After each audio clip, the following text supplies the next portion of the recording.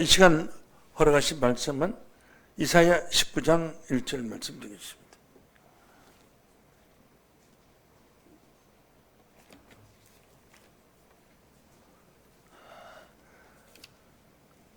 읽겠습니다. 애굽에 관한 경고라. 보라, 여호와께서 빠른 구름을 타고 애굽에 임하시리니 애굽의 우상들이 그 앞에서 떨겠고 애굽인의 마음이 그 속에서 녹으리로다.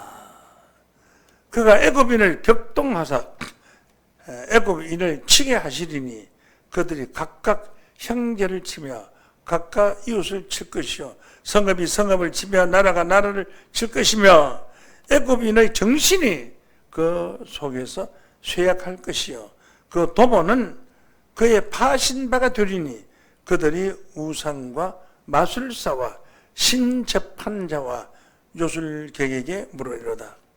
그가 애굽인을 잔인한 군주의 손에 붙이시리니 포악한 왕이 그들을 치리하리라. 주 만군의 여호와의 말씀이니라. 아멘. 이사야 19장 1절에서 4절 말씀까지 봉독해 드렸습니다.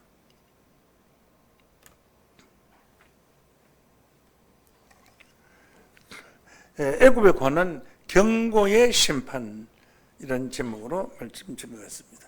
애굽에 관한 경고의 심판, 이런 제목으로 말씀 전하겠습니다. 이사야 19장 1절에서 4절까지 말씀을 통해서 애굽에 관한 경고의 심판, 이런 제목으로 말씀을 전하겠습니다.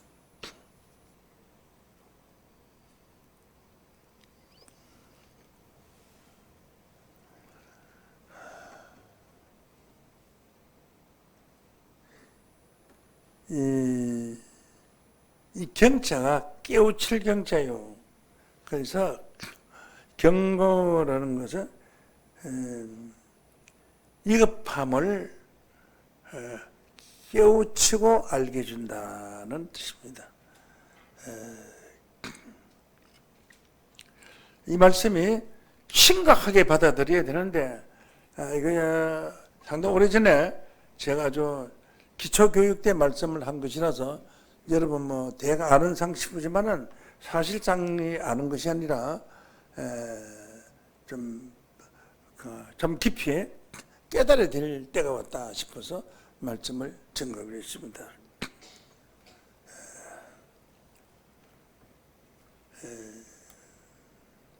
전방 부대 가까이 가면은 지금 이 선을 넘으면은 사살합니다. 무기고가 있다든지 중요한 시설이 있다든지 하는 곳에는 그런 경고판이 있습니다. 여기는 지뢰지대입니다. 들어가면 안 됩니다. 섭지 않으면은 그 경고를 무시하고 들어가서 지뢰가 터지면 죽는 거 아닙니까? 또 이 선을 넘으시면 안 됩니다 하는데 넘어 들어오면 총 맞아 죽는 거 아닙니까? 경고라는 것은 경계하여 알려줌, 이런 뜻이고, 깨우쳐서 알려준다. 위급함을 깨우쳐서 알게 해준다. 이런 뜻도 되겠습니다. 지금 우리가 세계적으로 경고를 당하고 있는 것은 이 코로나 때문에 정말로 경고의 경고를 받고 있습니다. 오늘 이 말씀은 애굽이라 그러면 지금 에집트를 말하는데요. 에집트에 관한 경고가 아닙니다.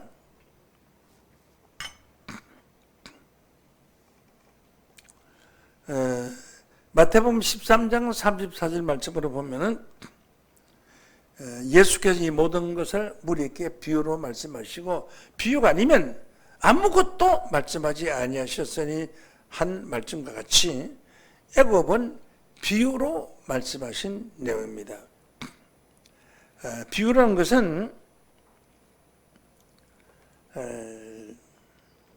실상과 가장 가까운 것, 가장 닮은 것, 꽃 같은 것을 비유해서 설명하는 것을 비유로 합니다. 그러면 실장과 같은 것이 실장은 아니죠. 그래서 구약 성경도 비유로 기록되어 있고요. 특히 애굽에 가는 경고는 비유 중에 비유로 기록되어 있습니다. 그러면 사실은 아니다. 사실 애굽에 관해서 에집트에 관해서 하는 말씀은 아니다 이 말이죠. 에집트를 애굽을 비유한 말씀이다. 이렇게 아시면 되겠습니다. 그럼 그 경고가 애굽에 관한 이 경고가 오늘 이 말씀을 통해서 전달될 텐데 경고를 무시하면은 화를 낳습니다. 잘못하면 영적으로 죽을 수도 있습니다. 경고는 무시하면 안 됩니다. 이 경고는 하나님께서 내리신 경고이기 때문에 주의해야 합니다. 코로나에 대해 경고하기를 마스크를 쓰고 다니라 라고 했고, 사람을 대출해서 만나지 마라. 손을 씻어라. 손을 씻을 때 비를 칠해서 손가락 사이사이 넣어서 그렇게 씻고 손을 돌려가면서 비벼가면서 손을 돌려가면서 씻어라. 뭐 이런 건 전부 다 그 코로나를 예방하는 재앙을 면하게 하는 그런 통고 아닙니까? 하루에 10번도 더 핸드폰으로 어디에 코로나가 발생했다, 어디에 발생했다 알려오는데, 이제 너무 많이 오니까 벨 소리만 듣지 그 읽어보는 사람도 없습니다. 지금은 핸드폰. 34절 말씀에 보면은 다시 보시겠습니다. 이 모든 것을 무리에게 비유로 말씀하시고 비유가 아니면 아무것도 말씀하지 아니하셨으니라고 말하고 난 뒤에 35절에 보면은 이는 선지자로 말씀하신 바 내가 입을 열어 비유로 말하고 창세부터 감춘 것들을 드러내리라 함을 이루려 하심이라 라고 했습니다. 그러면 창세부터 감춘 것들을 드러내리라고 한 이 말씀은 창세부터 비유로 말했다는 거예요. 창세기 천지 창조부터 비유로 말씀을 해서 증거되어 있기 때문에 성경은 전체가 비유의 말씀을 해도 과언이 아닙니다. 실상을 다 적을 수가 없어요. 그래서 성경은 뭐라고 말을 하고 있느냐 하게 되면은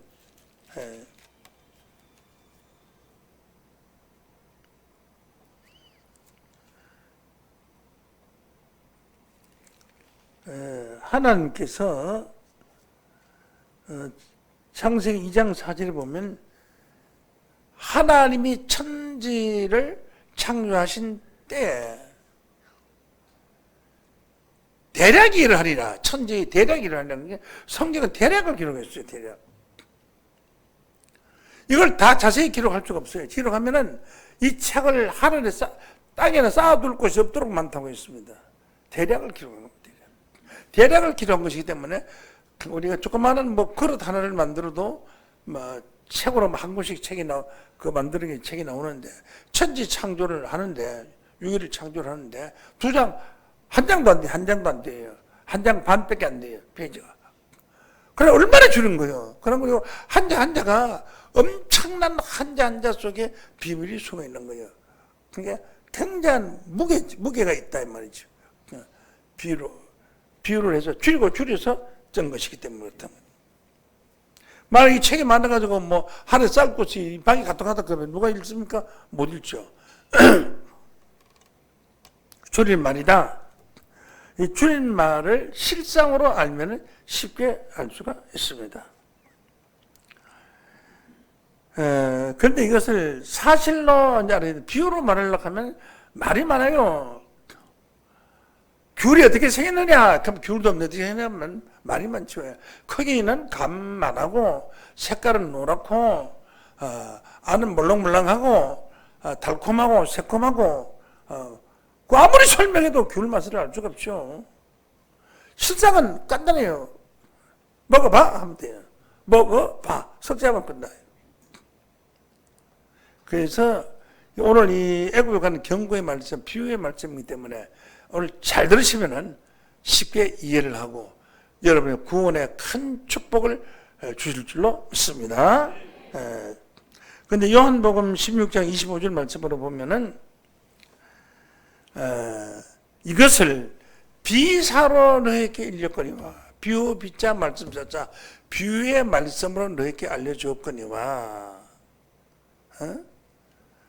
때가 이르면 언젠가는 때가 되면 다시는 비사로 너에게 이르지 않고 아버지에 대한 것을 밝히 이르리라라고 했기 때문에 진짜 때가 되면 하나님이 비사로 말하지 않고 성경 전체가 비사로 되어 있지만 비사로 말하지 않고 사실로 알려주겠다.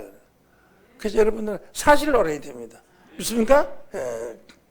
그래서 가장 사실로 가까이 증거하고 알려주는 교회가 세강중앙교회다. 또 그 말씀을 잘 듣고 여러분이 깨닫고 있는 자도 세강중앙교회다. 이렇게 말씀을 드릴 수가 있습니다. 자, 그러면 애굽에 관한 경고를 하는데 애굽이라는 것은 무엇인가? 보겠습니다. 이 애굽이라는 것을 그 사진을 보니까 흑색의 땅, 까만 땅이다. 그 땅이 껍데기 흑색의 땅이라고 했는데 사람이 다 애굽에 그 에집트에 사는 사람들은 거의 다 흑인들이 살고 있는 땅입니다. 흑인들이 살고 있는 땅인데 그게 나일 강이라는 큰 강이 흐르고 있어요. 나일 강이는 큰 강이 흐르고 있는데 세계에서 두 번째 제일 긴 강입니다. 긴 강인데 이 나일 강이 흐르고 있는데 그 애굽이라는 단어가 어떤 시적인 의미를 가지고 있다도 볼 수 있습니다. 그래서 또 에집트라는 말하는 것을 아니라 애굽에는 그 단어 자체가 시적인 의미도 가지고 있고 또 심판적인 의미도 가지고 있고 사람적인 의미도 가지고 있습니다. 그러면 애굽은 어떤 의미가 있는가 우리 좀 험악한 의미가 기록되는 걸 한번 볼 수 있습니다. 에스겔서 19장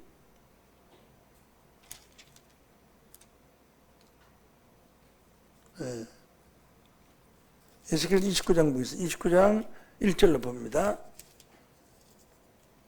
여호와의 말씀이 내게 임하여 가라사대 애굽 왕 바로야 내가 애굽으로 낯을 향하고 쳐서 예언하라. 너는 말하여 이르기를 주 여호와의 말씀에 애굽 왕 바로야 내가 너를 대적하노라. 너는 자기의 강들 중에 놓은 큰 악어라. 스스로 이르기를 내가 이 같은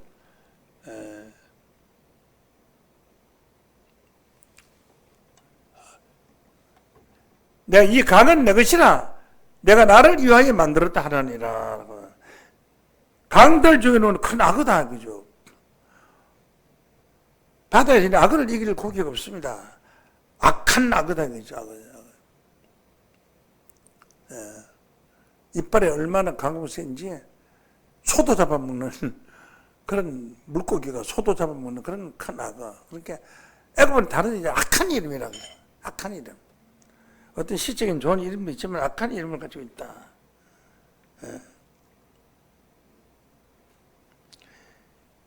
이 당시에 애굽의 에집트의 세력이 세계를 지배했습니다. 세계를 지배했습니다. 4절까지 보겠습니다. 내가 깔꾸로 네 아가미를 꿰고 네 강의 고기로 네 피누에 붙게 하고 네 피누에 붙는 강의 모든 고기와 함께 너를 강들 중에서 끌어내고 너와 네 강의 모든 고기를 덜에 던지리니 네가 지면에 떨어지고 다시는 그 누구나 모임을 입지 못하리라. 너는 짐승과 공중의 새의 식물로 주노라. 그러니까 악어에 붙어있는 그 피누를 백성으로 비유했어요. 또 붙어있는 그리고 또 작은 고기들이 많이 따라다닙니다. 왜냐하면 그 피누 쪽에 있는 더러운 거 그런 걸 뜯어먹느라고 악어가 다니는 악어 덩어리에 막 옆으로 조그마한 고기들이 많이 따라다녀요. 잡혀 죽을 것도 모르고. 자, 이렇게 해서 애굽은 악한 것으로 비유되어 있는데 하나는 경고라고 해서 애굽에 대해서 조심하라 이 말이지. 경고의 말씀으로 우리에게 주셨는데 실상의 애굽이 무엇인가를 우리가 알고 알았으면 실상의 애굽이 무엇인가, 에집트가 아닌 애굽이 성경에 말하는 애굽의 뜻이 무엇인가를 알고 우리는 하나님의 뜻을 따라야 되겠습니다.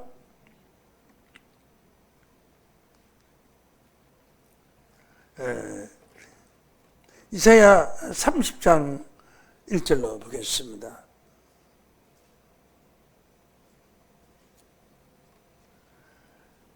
보면 화 있을지도 패역한 자식들이여, 그들이 계교를 베푸나 나로 말미암지 아니하고 맹사를 하고 맹약을 맺으나 나의 신호를 말미암지 않는데, 이게 패역한 족속들이라고 말을 했고요. 이사야 31장 1절로 보면은 도움을 구하려 애굽으로 내려가는 자들은 화 있을진저 라고 했습니다. 이스라엘이 왜 망했느냐 하면은 바벨론 왕이 와서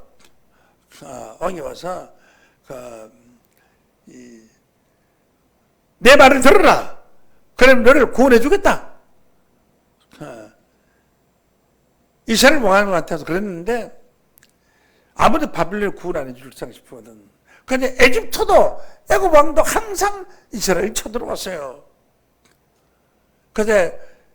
그래서 이제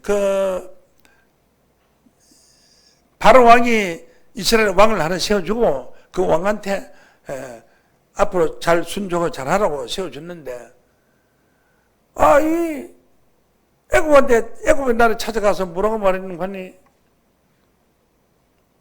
바벨론 왕이 우리를 자꾸 괴롭히니까 우리 좀 도와주라. 애굽 왕한테 가서 좀 우리 도와주라 하니까 적군한테 도와주라 하는 거나 마찬가지예요. 그래서 그걸 바로 왕이 듣고 화가 난 거예요. 내가 저 도와준다고 하고 왕까지 세워줬는데 이 녀석이 애굽에 가서 바벨론 우리 괴롭히는 날 도와주라고 했으니까, 그래서 이 바벨론 왕이 이스라엘을 쳐들어와서 저게 멸망시킨 겁니다. 이 에집트의 도움을 구하러 갔던 왕이 그 도움을 받은 것이 아니라 도리어 화를 받아가지고 거예요. 그래서 애굽의 도움을 구하러 가면 화를 받는다. 그들은 말을 의뢰하며, 애굽에는 말이 많아요. 말이 수천 말군의 말이 있고 말 탄 군인 병장들이 말이 많아요. 말을 의뢰하며 병거의 많음과, 병거라는 것은 말과 수레를 끄는 무기들을 싣고 수레를 끄는 그런 마병들이 힘이 강하고 이스라엘의 거룩하신 자를 앙묻지 아니하며 여호와를 구하지 아니하거니와 여호와께서도 그를 지혜로우신 적 재앙을 내리실 것이라.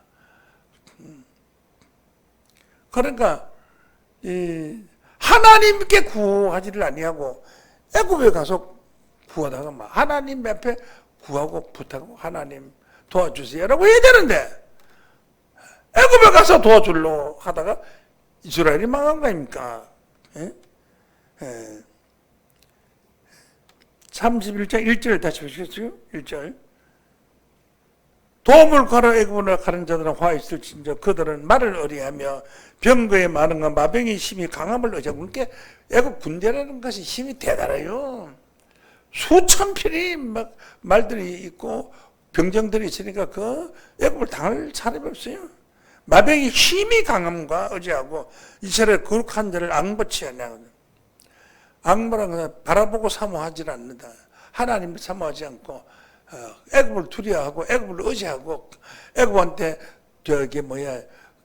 뇌물 갖다 주고 도와주라고 하고 이러니까 이게 되겠어요? 바알의 세력이 너무 세서 애굽의 그늘 아래서 살려고 한 것입니다. 우리나라가 선진국으로 선언됐어요. 됐는데 우리나라보다 200배나 약한, 경제가 약한 북한에 가서 도움을 요구하고 평화롭게 지내려고 온갖 애교를 못된 짓 하는 이건 저기 뭐야 바로 왕 앞에 가서 원수의 나라 바로 왕 앞에 가서 뇌물 갖다 주고 도와도록 하는 건 마찬가지죠. 그건 있을 수가 없어요. 응?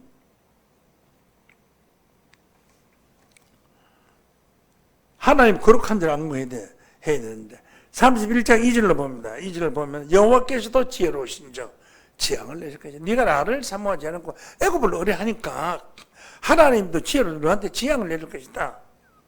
그 말은 변치 않으시고 일어나서 악행하는 자의 집을 치시며 행악을 돕는 자를 친다가 악한 자를 돕는 자를 하나님이 치신다. 하나님이 너보단 지혜롭다. 이스라엘 왕보다는 지혜롭다. 너들은 가서 바로 왕한테 도움을 구하고 나한테 도움을 구해야 되는데 하나님한테 도움을 구해야 되는데 그렇지 않다. 또 무슨 일이 있으면 여러분들도 하나님 앞에 먼저 도움을 구하고 총장님한테 그래도 기도라도 해주라고 이렇게 해야 되는데 막 경찰서 가고 아는 친구 찾아가고 뭐 법관 찾아가고 막 그런 거 먼저 하지 말고 하나님 앞에 먼저 구해야 되는데 또 도움을 요청하고 구해야 되는데 세상에 도움을 요청하는 게 그게 하나님한테 채찍받아요. 채찍받는다. 애굽의 도움을 구하러 가지 말라 한 말씀입니다. 31장 3절 봅니다. 애굽은 사람이요 신이야. 애굽은 저 에집트를 가르쳐 말한 것이 아니고 애굽은 사람이요. 다른 것입니다. 애굽은 사람이요. 사람은 어떠냐? 사람은 어떠냐? 도움을 줄 때는 막 뭐 선물 갖다 주자. 아이고, 그래서 내가 그렇게 좋다가도 조금만 삐뚤어지면은 온수가 진다고요. 돈 가지고 장난하면 온수식이 딱 좋아요. 애굽은 사람을 가르쳐서 성경에 비해서 애굽이라고 했다. 사람은 오늘 원수 됐던 자가 내일 친구가 되고 오늘 친구 됐던 자가 내일 또 원수가 되는 이런 지적 없는 게 이게 세상 사람이에요. 나라가 이렇게 어지러운 때에 정권을 한번 바뀌었으면 얼마나 좋겠느냐 이렇게 생각했으면 서로 단합해야 돼. 저들끼리 싸움 붙어가지고 지금 뭐 엉망진창이 된 거예요. 저들끼리 도움을 먼저 자기 자신이 하나님께 속한 자가 됐을 때 도움을 들어주는 거지. 모르는 사람 누가 도와줘요? 가난하고 없어도 친하고 잘하고 그 사람이 착한 사람이라도 알면 도와주는 거지. 하나님 마찬가지요.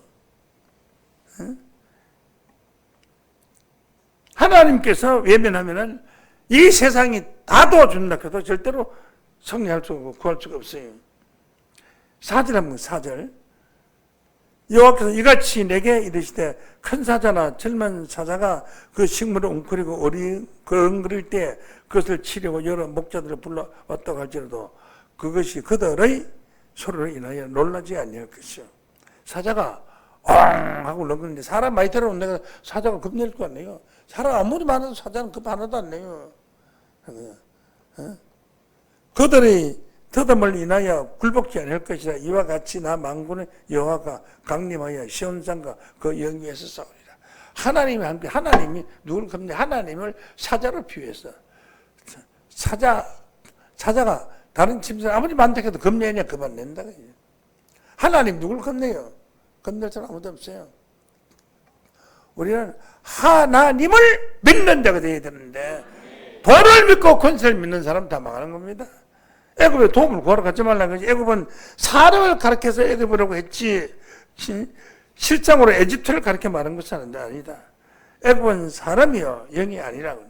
3절 31장 3절 다시 보시죠. 애굽은 사람이요 신이 아니며 그 말들은 애굽에는 군인 말들은 그 말이 아니라 육체요 영이 아니라. 여호와께서 손을 드시면 돕는 자도 넘어지며 도움을 받는 자도 엎드러지며 다 함께 멸망하리다. 그러므로 애굽에서 도움을 받는 자도 망하고 애굽도 망하고 도움을 받는 자도 망하고 다 망한다. 도움을 주는 자도 망하고 도움을 받는 자도 망한다. 하나님을 떠나서 하는 일은 그렇다 이런 말이에요. 믿습니까? 그래서 하나님을 떠나지 아니하는 믿음을 가지고 있을 때는 내가 아무것도 없는 것 같아나 모든 것을 가진 자가 되는 것이고 약한 자 같아나 강한 자가 되는 것입니다.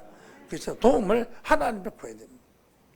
이 코로나 여번 세상에 물론 우리가 기본적인 것은 마스크를 한다든지 주사를 맞는다든지 하는 것은 당연하지만 우리가 신앙으로 믿음 안에서 내가 강한 믿음이 있으면은 이 피가 그 모든 악한 것을 떠밀어내기 때문에 좋습니다. 마음이 약하면 병이 찾아오고요. 마음이 강하면은 다 같은 건강에다 병은 물러가게 돼 있어요. 그 하나를 믿는 믿음이 강하게 있으면은 그 강한 그 믿음이 백혈구를 생산해서 다 물리치게 돼 있습니다. 믿으세요. 나는 하나님의 아들이고 하나님의 택한 유다 백성인다. 코로나같이 나를 찾아올 수 있느냐? 겁이나서 못 온다. 응? 자, 이렇게 해서 애굽의 도움을 구하러 가서는 안 됩니다. 여러분, 보통 보면은 믿음 좋다는 사람들 애가 그 아버지 변호사 있잖아. 검사장하고 높은 변호사 있던 사람. 그 변호사를 써.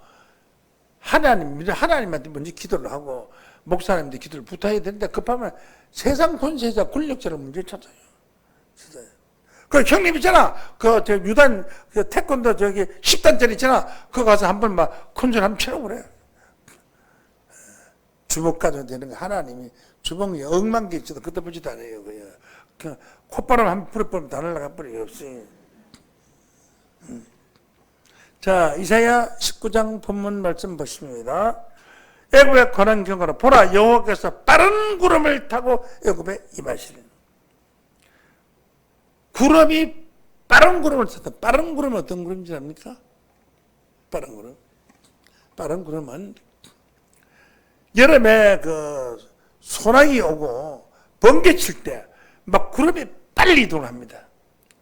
편안할 때는 구름이 천천히 움직이지 않는 거 그대로 있는 것 같아요. 있지만은 번개 치고 여름에 장마철이 줄 때는 구름들이 이동할 때만 빨리 움직인다. 쫙쫙 움직입니다. 빨리. 속도가 눈앞에 먼저 보였던 구름이 이쪽으로 막 잠깐 빠른 구름은 움직이는 속도가 아주 빠릅니다. 빠른 구름을 타고 임하시리니 애굽의 우상들에 들겠고 애굽의 마음이 그 속에서 녹아지리로다.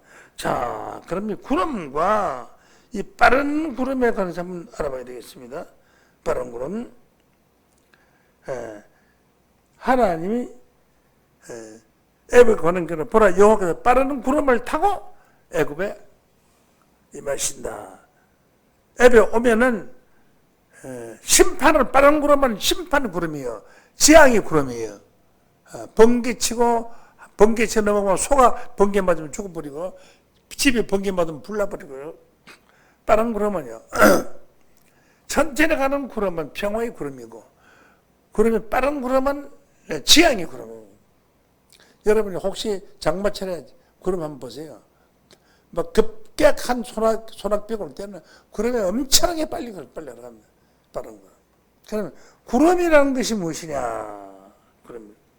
유다서 1장 11절 말씀으로 보면은 저희는 기탄 없이 너희와 함께 먹으니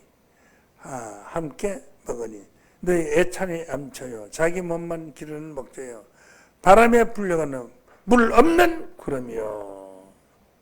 저희는 어떤 자가 있어요. 저희는 많은 숫자가 있어요. 저희는 말이죠. 저희는 기탄 없이 너희와 함께 먹으니라고 했습니다. 기탄 없이 함께 먹는 자들이 깡패들입니다. 왜냐? 남 잔치상에 들어와서 그냥 턱걸려다 실례 좀 합시다! 해서 막경 주워 먹는 거 예의도 없이. 이게 무슨 잔치상인지, 이게 신부집 잔치상이 누구인지 모르고, 그냥, 그래도 미친놈들이라고 생각하고 갈보면 또 잔치상이 어지러우니까 내비두긴 하지만, 그건 벌받을 루치가 있어. 응? 기탄 없이 너희와 함께 먹으니, 애찬 살아온 잔치 자리에 암초와 같은 자예요.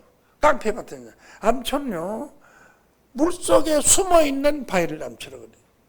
바위가 없는 줄 알고 확 지나가다 보면 바위하고 배하고 부딪히면 배가 깨지는 거예요. 그걸 암초라고 그래요. 저희라는 거예요. 저희라는 자가 기탄 없이 너희와 함께 먹으니 애차 저희라는 자가 너희의 자랑스러운 잔치 자리에 암초와 같은 인물이다 이 말이죠.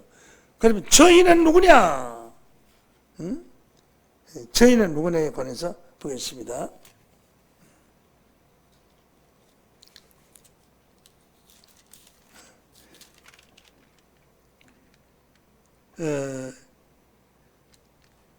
유다서 1장 10절부터 10절. 이 사람들은 누군가 몰라. 이 사람들은 무엇이든지 알지 못하는 것을 회방한다. 남의 뭔지도 모르고 알지도 못하고 해방을 지은다. 해방하는 도다. 저희라는 자는 이성 없는 짐승과 같아서. 짐승은 이성이 없어요. 용서가 없어요. 아이 어리니까 불쌍하다 이런 게 없어요. 그냥 막 물어버리고 뜯어버리고 하는 거예요. 이성 없는 짐승과 같이 본능으로 아는 그것으로 멸망하나니라. 화 있을지인저 이 사람이요. 이 사람이 누구냐? 가인의 길에 행하였습니다. 가인의 길은 누구요? 살인자의 길 아닙니까? 이 사람은 살인자의 길을 가는 행하였으며 또 저희라는 이 사람들은 싹쓸 위하여 발람의 오그러진 길로 몰려갔으며 모압 왕이 이스라엘 왕을 저주 좀 해달라고 발람이라는 선지자를 불렀어요.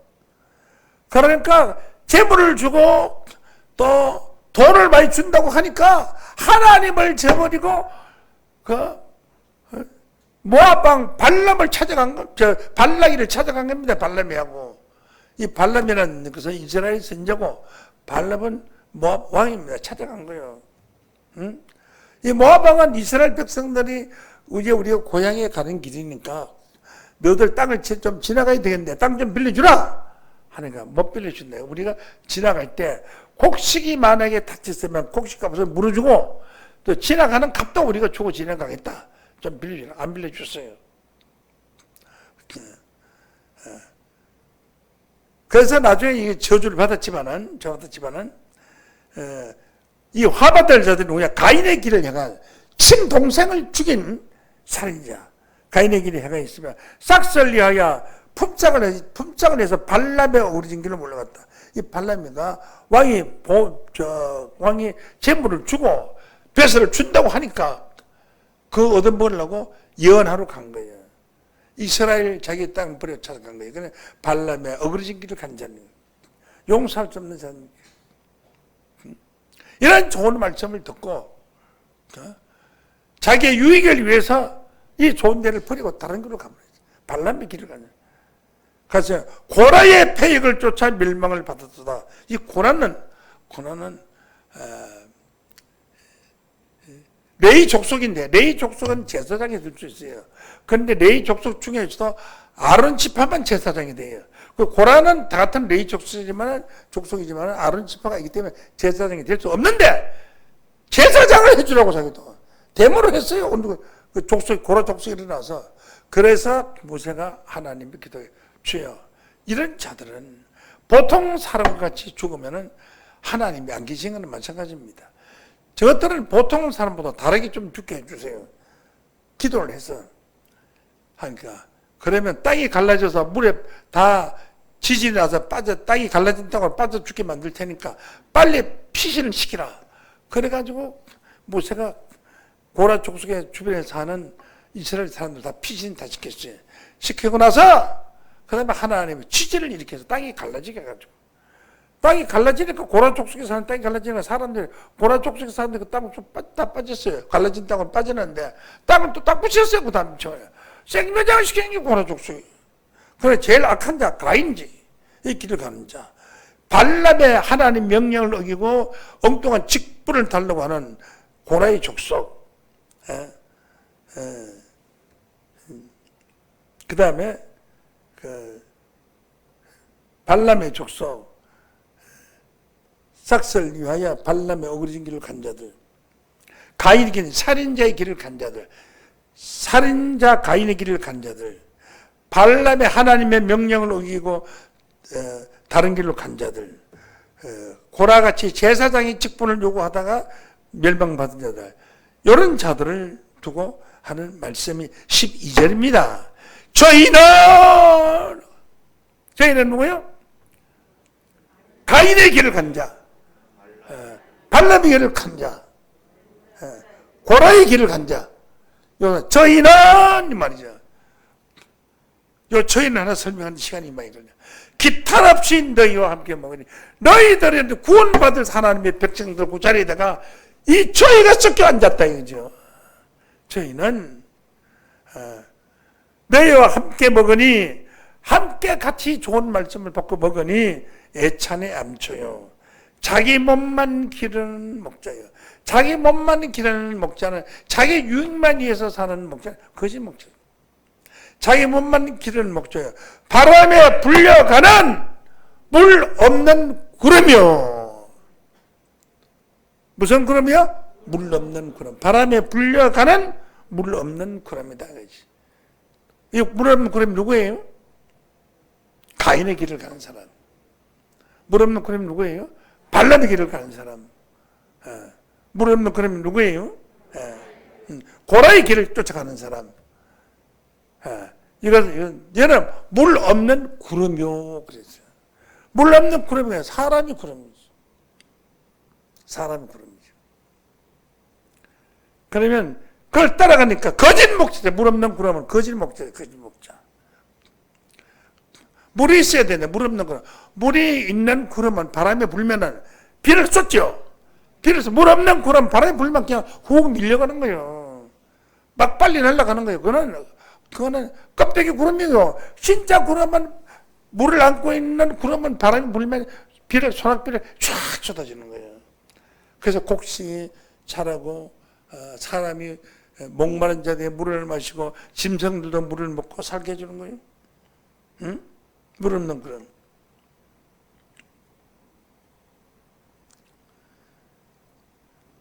유다서 1장 12절 기타를 줘 너희와 함께 먹으니 애찬에 암초요 자기 몸만 기르는 목자요 하니까 물 없는 구름은 자기 몸만 기르는 목자요 바람에 불려가는 물 없는 구름이요 또 죽고 뿌리까지 뽑힌 열매 없는 가을나무요. 가을나무는 열매가 있어도 열매가 없다 그지. 열매가 없는 가을나무. 자기 몸만 기르는 목자는 거짓 목자. 그래 물 없는 구름은 거짓 목자니까 참목자는 뭐예요? 물 있는 구름은 참목자인 줄로 믿습니다. 그러면 물 없는 구름은 거짓 목자요. 물 있는 구름은 참목자는 구름은 뭐예요? 구름은 목자를 비유한 것인 줄로 믿습니다. 구름은 목자를 비유한 겁니다. 목자를. 응? 물 없는 구름은 거짓 목자, 물 있는 구름은 참목자. 바람에 밀려가는 구름은 물 없는 구름이에요. 가벼우니까. 물 있는 구름은 무거우니까 바람이 불면 비를 쏟고 지나가요. 그게 다른 겁니다. 그럼 비를 쏟으면 어떻게 쏟느냐? 응? 비를 쏟으면 어떤 일이 벌어지느냐? 곡식이 싹을 내고요. 성장합니다. 곡식이 짝을 내고 성장합니다.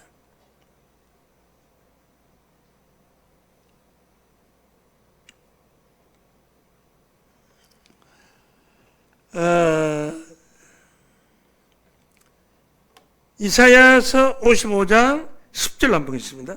10절.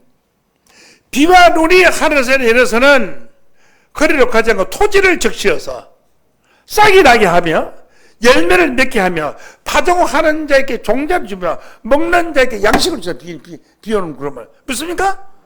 그 비가 없는 구름은 그냥 지나가 버리니까 뭘 줘요? 기근을 주는 거죠. 기근을 주는 거죠. 그러면 오늘날 교회에서 싹이 나고 믿음에 싹이 나게 하고 토지를 인간을 비운 것 싹이 나게 하고 열매를 맺게 하고 믿음에 열매를 맺어서 전도에 열매를 맺게 하고 파종하는 자에게 먹을 것을 주면 먹는 자에게 양식을 주는 거죠. 그러니까 비 없는 구름은 땅에 기근을 일으켜야죠.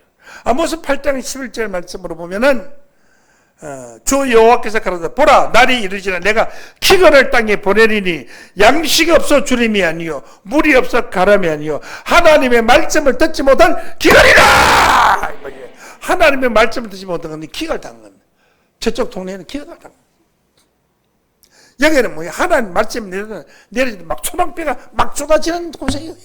할렐루야! 소낙비가 쏟아지는 곳이에요. 그러면 애찬의 암초는 뭐예요? 애찬의 암초. 사랑스러운 잔치 자리에 암초. 신앙이 파괴되고 배가 파손되고 신앙이 파괴되는 것입니다. 자기 몸만 기르는 목자예요. 물 없는 구름이라고 했어요. 물 없는 구름. 물 없는 구름. 잠언서 25장 14절로 보겠습니다. 선물한다고 거짓 자랑하는 자는 거짓말쟁이 비 없는 구름과 바람 같으니라. 선물한다고 거짓 자랑하는 자 비 없는 구름이나 물 없는 구름이나 마찬가지 아니에요. 그 거짓말쟁이는 물 없는 구름, 거짓말하는 목사는 물 없는 구름, 비 없는 구름. 참목자는 뭐예요? 물 있는 구름, 비 있는 구름이죠. 맞죠? 비는 무엇이냐? 신명기 32장 1절을 보면은 하늘이여 귀를 기울이라 내가 말하리라 땅은 내 입의 말을 들으며 하나님 말씀에 입의 말을 땅에 집 말씀 듣습니까? 땅에 있는 사람이 말씀을 듣죠. 땅은 내 입의 말을 들을지어다 나의 교훈은 하나님의 교훈은 내리는 비요 나의 말은 하나님의 말씀은 맺히는 이슬이요 연한 풀 위에 가는 비요 채소 위에 담비로다. 하나님의 말씀이 담비인 줄로 믿습니다. 그러면 하나님의 말씀을 쏟아주는 목자는 무슨 목자야? 참목자. 말씀이 없는 물 없는 구름은 거짓 목자. 그러니까 구름은 무엇을 비유했습니까? 목자를 비유하는 것이라는 것을 깨우침 받기를 원합니다.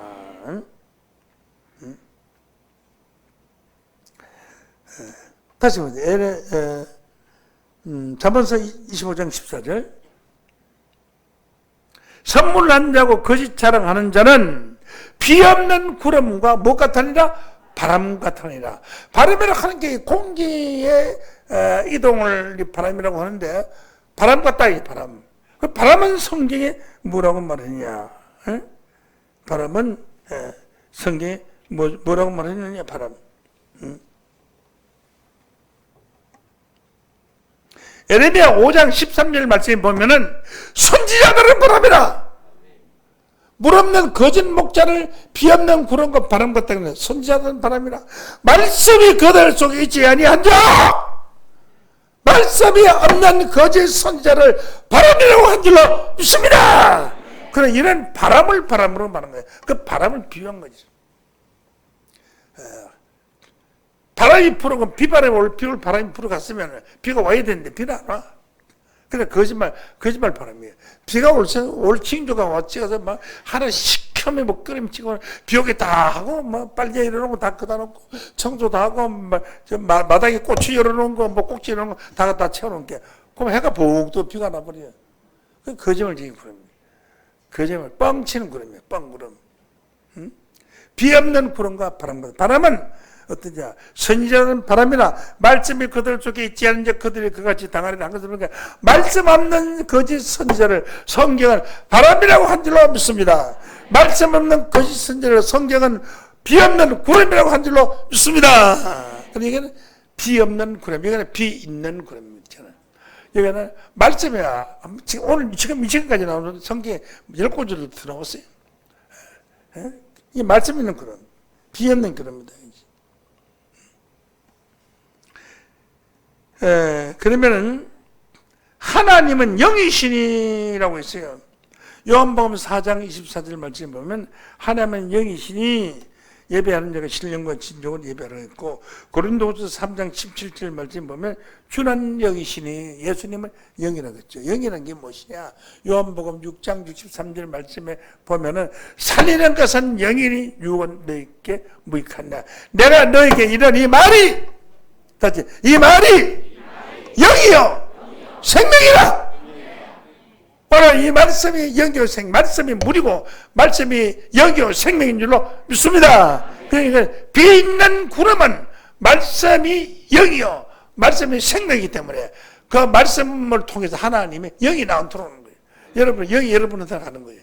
말씀을 듣고 깨달으면 영이 여러분들한테 가는 거예요. 생명이 가는 거예요. 영이 간다는 것은 내게 이런 말이 영이요 생명이라고 그랬으니까. 말씀을 갈 때 영 속에 영이 여러분이 들어가면 생명이 가는 거예요. 어쨌다고 하냐. 하나님 말씀 들을 때 생각을 하는 거예요. 생각할 때 그 생각이 들어올 때 하나님 말씀이 따라 들어오는 거예요. 말씀이 따라 들어오는 그 말씀이 들어오는 게 생명이 들어오는 거예요. 생명이. 그래서 생명의 말씀이 된다는 것을 깨우침 받기를 원합니다. 왜 하나님이 오시느냐? 왜 빠른 구름을 타고 오시느냐? 한 것은 빠른 구름이라는 건 빠른 구름이 이동할 때는 뭐다 번개가 치고 벼락을 치고 소낙비가 된다고 그랬죠. 빠른 구름은 재앙의 구름이에요. 천둥번개 치는 빠른 구름. 자, 이제 이사야 19장 1절을 봅니다. 이제 해설해 봅니다. 애굽에 가는 경고라 보라 여호와께서 빠른 구름을 타고 애굽에 임하시리니. 급하게 이제 심판하기 위해서 가는 거예요. 애굽으로 가는 거예요. 애굽은 무엇이라? 사람이라! 애굽 사람도, 이집트 사람도 사람이고, 한국 사람도 사람이고, 전 세계 사람이다. 사람이에요. 애굽은 사람이요. 신이 아니며. 그 말들은 육체요. 영이 아니라 그랬잖아요. 그 빠른 구름을 타고 애굽에 임하시리니 누가 벌벌 떠냐? 애굽의 우상들이 떨겠고. 애굽에 뭐가 떨어요? 우상들이 떨어. 하나님이 심판을 오면 죄인들을 떤다합니다. 우상이라는 것은 목상, 석상, 이런 불상, 불상 믿으면 불쌍하게 되는 거예요. 그래서 이런 사람의 형상을 만들어 놓은 나무나 돌 이런 걸 우상이라고 하잖아요. 그러면 우상이 떤다. 하나님 심판하면 우상들이 떨겠고 했는데 말도 안 되는 소리. 아이 목상이나 석상이나 뭐 새로 만든 동상이나 그네 발을 가지고 눈을 찔러도 눈담 깜짝거려. 그래 안 그래요? 눈담 깜짝거리죠.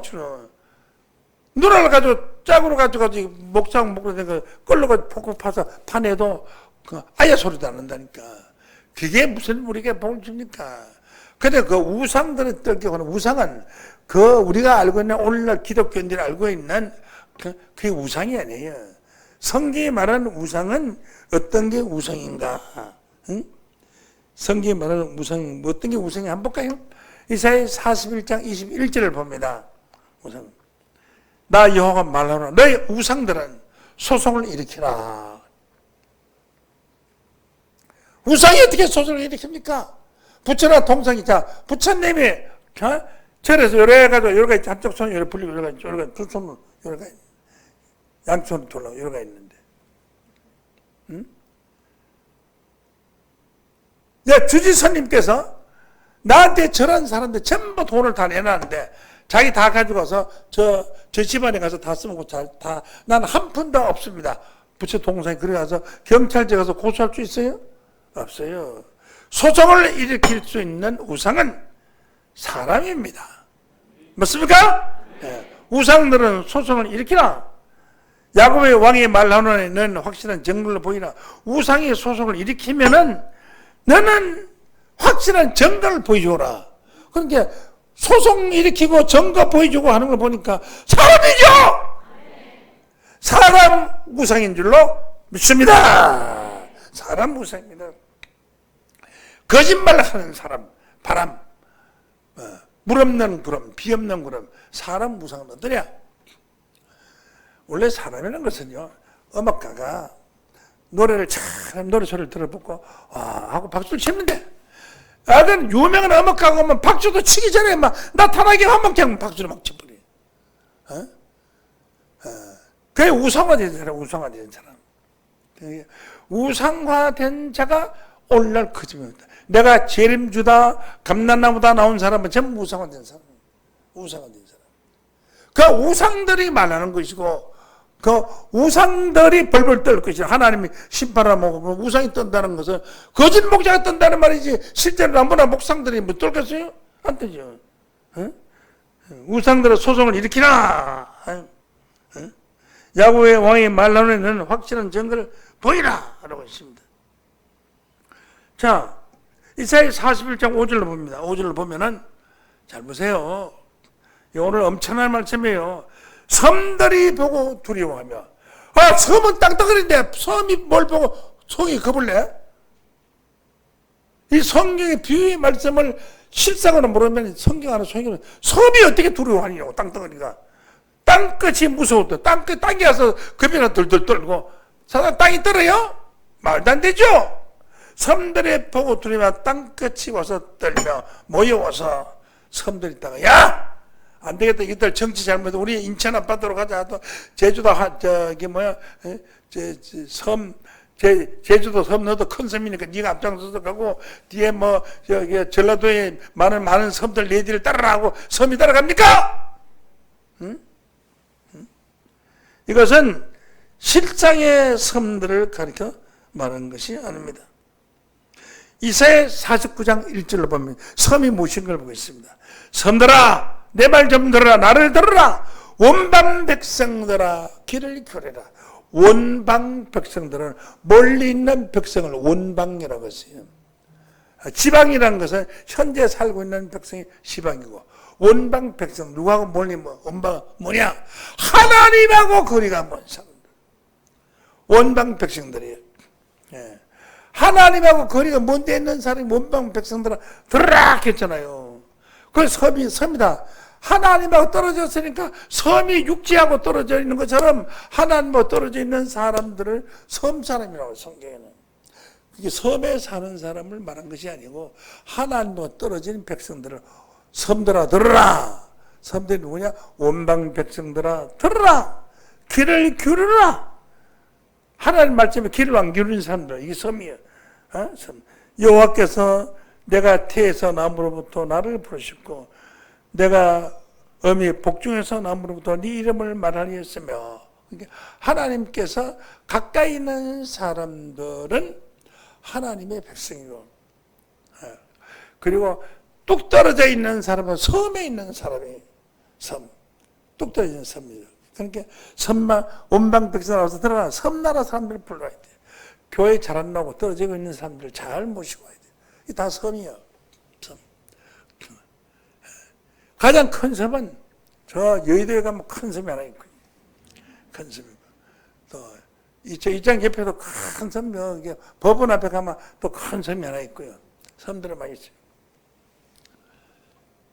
제가 비유의 말씀을 다시 비유를 하는데 이해가십니까? 그러게 섬들아 들으라. 원방 백성들아 귀를 기울여라. 이렇게 했습니다. 그래서 하나님 우상을 심판하실 때에 우상을 심판하는 걸 보고 섬들이 두려워서 떤다고 했어요. 이렇게 성경의 비유로 기록되는 걸 이거 안 풀어주면 무슨 재료로 이거 1000번 읽은들 알겠어요? 10,000번 읽은들 알겠어요? 왜 모르는지 무슨 뜻인지 모르죠. 응? 그래서 우상을 만들 때는요, 털을 만들어 놓고 그 쇠붙이를 들어보여요. 그럼 우상이 하나씩 나오는데 똑같이 나와요. 똑같이 나와요. 그 부어 만드는 우상이라 그랬지. 하박국 2장 18절. 하박국 2장 18절. 새긴 우상은 그 새게 만든 자에게 무엇이 유익하겠냐. 부어 만든 우상은 부처나 동상이 아니고 거짓 서성이라. 거짓말 가르치는 선생이 부어 만든 우상인 줄 믿습니다. 거짓 서성이라. 그래서 하나님이 빠른 구름을 타고 애굽은 사람 이 세상으로 하나님이 오실 때에 빠른 구름 타고 심판하러 오실 때 우상들이 떨겠고 하는 것은 거짓 목자들이 떨겠고 물 없는 구름들이 떨겠고 비 없는 구름들이 떨겠고 하는 말씀으로 깨우침 받기를 원합니다. 이사야 41장 7절로 보시죠. 7절. 목공은 금장색을 장려하며 마치로 고르게 하는 자는 매질 끊으면 대장간에 가면 쇠 이런 큰 쇠망치들 이래가지고 둘러가 이래 막 우통 벗고 이렇게 겨울에도 땀 뻘뻘 흘리니까 매질하는 소리들. 매질꾼을 장려하며 잘 키우며 땜이 잘 된다며 못을 단단히 박아 우상으로 흔들리지 않게 합니다. 못을 단단히 박아 우상으로 흔들리지 않게 합니다. 이게 뭔가 우상이 무슨 와서 흔듭니까? 못을 단단히 박아 우상으로 흔들지 않게 한다는 것은 한다는 것은 하나님의 말씀으로 잘 교육을 해서 우상들이 신앙에 흔들리지 않게 한다, 그런 뜻인데, 이건 하나님의 말씀을 말한 것이 아니고 목공은 금장색을 장려하듯이 또 매질 고르게 가는 자는 매질꾼을 잘 키우듯이 댐이 잘 된다는 것은 거짓 목자 교회에서 참 진리 말씀을 가진 자를 하나 빼가지고 왔어요. 그러니까 이 큰일 났다. 그래서 무조건 사도행전 안 하는 사람이 이단이다. 그러니까 그쪽에 사도행전 안 하고 사도행전 안 하니까 이단이다 하고, 그러니까 앞으로 그런 안 가겠습니다. 아멘! 하면 댐이 잘 되는구나. 그러니까 절대 기도원도 가면 안 된다. 그 이단들이 많다. 댐이 잘 돼. 아멘! 하면 댐이 잘 된다.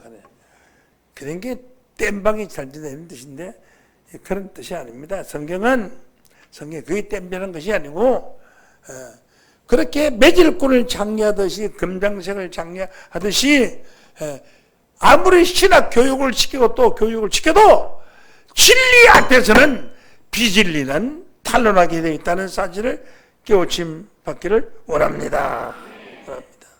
응? 그래서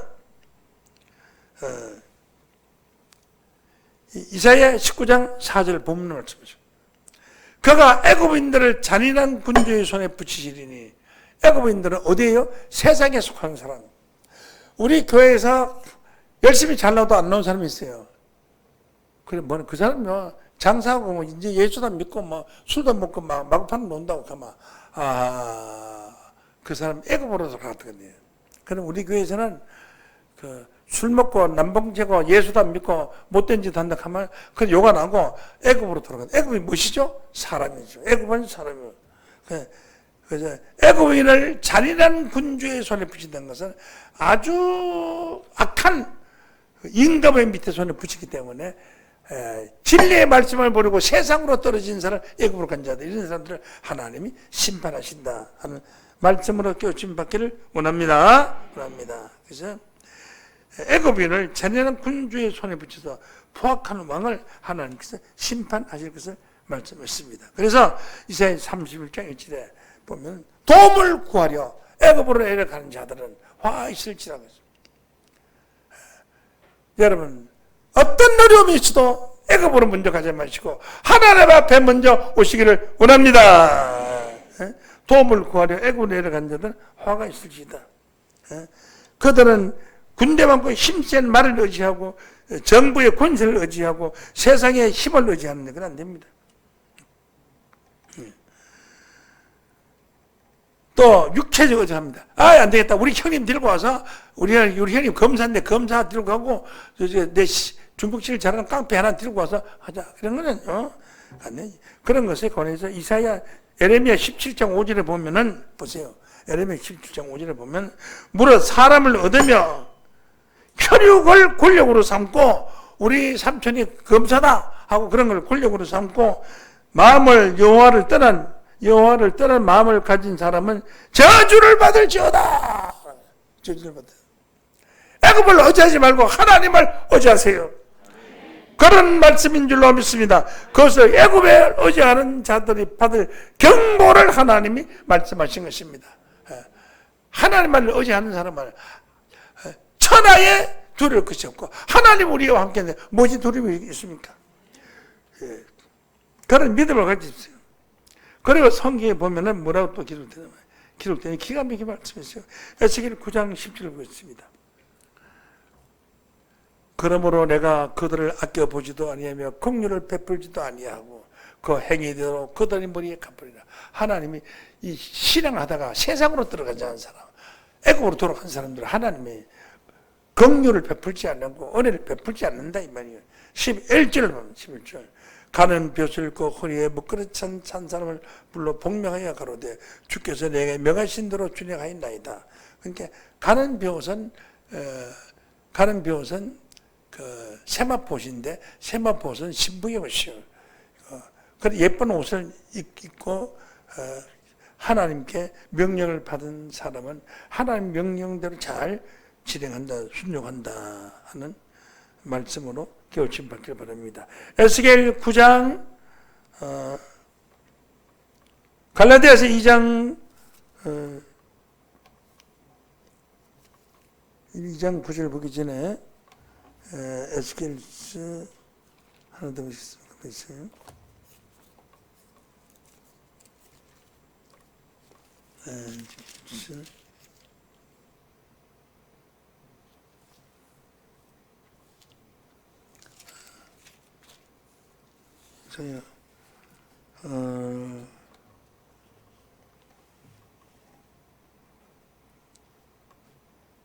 이사야 19장 14절로 봅니다. 여기서 그 가운데 사특한 마음을 찍었으며 그들이 애굽으로 매사에 잘못 가게 함이 취한 자가 비틀거림과 같게 했다가 애굽으로 간 사람을 그 신앙을 버리고 세상으로 돌아가는 사람은 잘된 사람 하나도 없습니다. 우리 교회 목사하다가 세상으로 돌아가는 사람들, 목사하다가 택시기사, 저기 뭐야,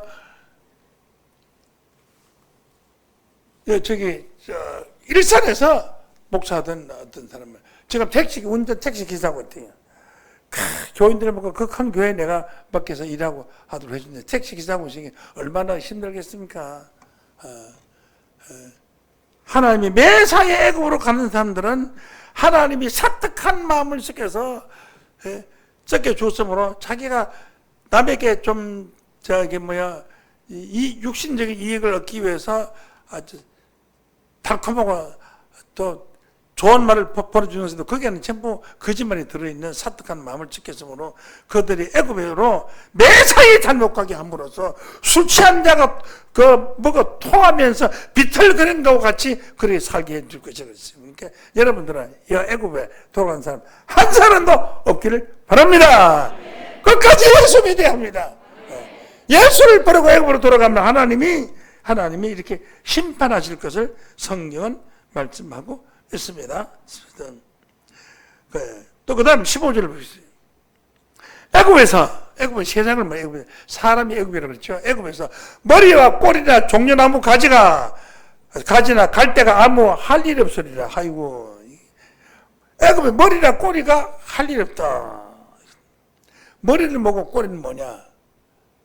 애굽에 가서 머리가 됐다는 것은 뭐 무슨 장관이 됐든지 회사 사장이 됐다든지 이야기죠. 이런 사람. 머리는 지도자니까. 이사야 9장 16절. 거짓 목적이에요. 애굽에서 머리나 꼬리가 나무까지 할 일이 없다. 이사야 9장 16절. 이사야. 백성을 인도하는 자가 그들로 미혹해 하니 인도를 받는 자가 멸망을 당하는 도다. 목자가 곁길로 잘못 인도하면은 내가 아무리 바르게 살려고 참 짓을 하고 11조 생활하고 봉사하고 충성하고 해도 인도를 받는 데가 멸망당합니다. 그러니까 목자를 잘 만나야 됩니다. 목자가 거짓 목자면은 그 밑에 사람이 아무리 착해도 그 사람은 심판을 받게 되지. 잘못된 길을 갑니다. 응? 이사야 9장 15절로 보시겠어요? 머리는 곧 장로와 총귀한 자요. 꼬리는 거짓말을 가르치는 선지자가. 그러니까 머리와 꼬리가 할 일이 없다는 것은 거짓말을 가르치는 선지자가 다 떠나가고 없으니까 머리나 꼬리나 할 일이 없죠. 머리도 없고 꼬리도 할 일이 없죠. 다 떠나가니까. 백성을 인도하는 자 그들을 미혹해 하니 인도를 받는 자가 멸망을 당한다고 말씀했습니다. 이 말씀을 정리하겠습니다. 마지막 한 말씀 다시 보겠습니다. 이사야 31장 3절을 봅니다. 애굽은 사람이요 신이 아니며 그 말들은 육체의 영이 아니라 여호와께서 손을 드시면 돕는 자도 넘으시며 애굽의 니를 하나님을 저버리고 돕는 자도 넘으시며 도움을 받는 자도 없어지리니 다 함께 멸망하리라고 했습니다. 여러분 아무리 큰 도움을 세상에서 준다고 하더라도 하나님을 떠나서는 안 됩니다. 이번 코로나 때문에 예배 보러 한 번도 안 온 장로가 있어요. 누군가는 내가 말하지 않겠지만 코로나 기간 중에 한 번도 얼굴 안 보는 장로가 있어요. 그런 사람이 애굽으로 갔을 경우가 많습니다. 애굽으로 가면은 도움 주는 것이 아니라 애굽으로 가면은 돕는 자도 넘어지고 도움을 받는 자도 멸망받는 사실을 교침받아야 되겠습니다.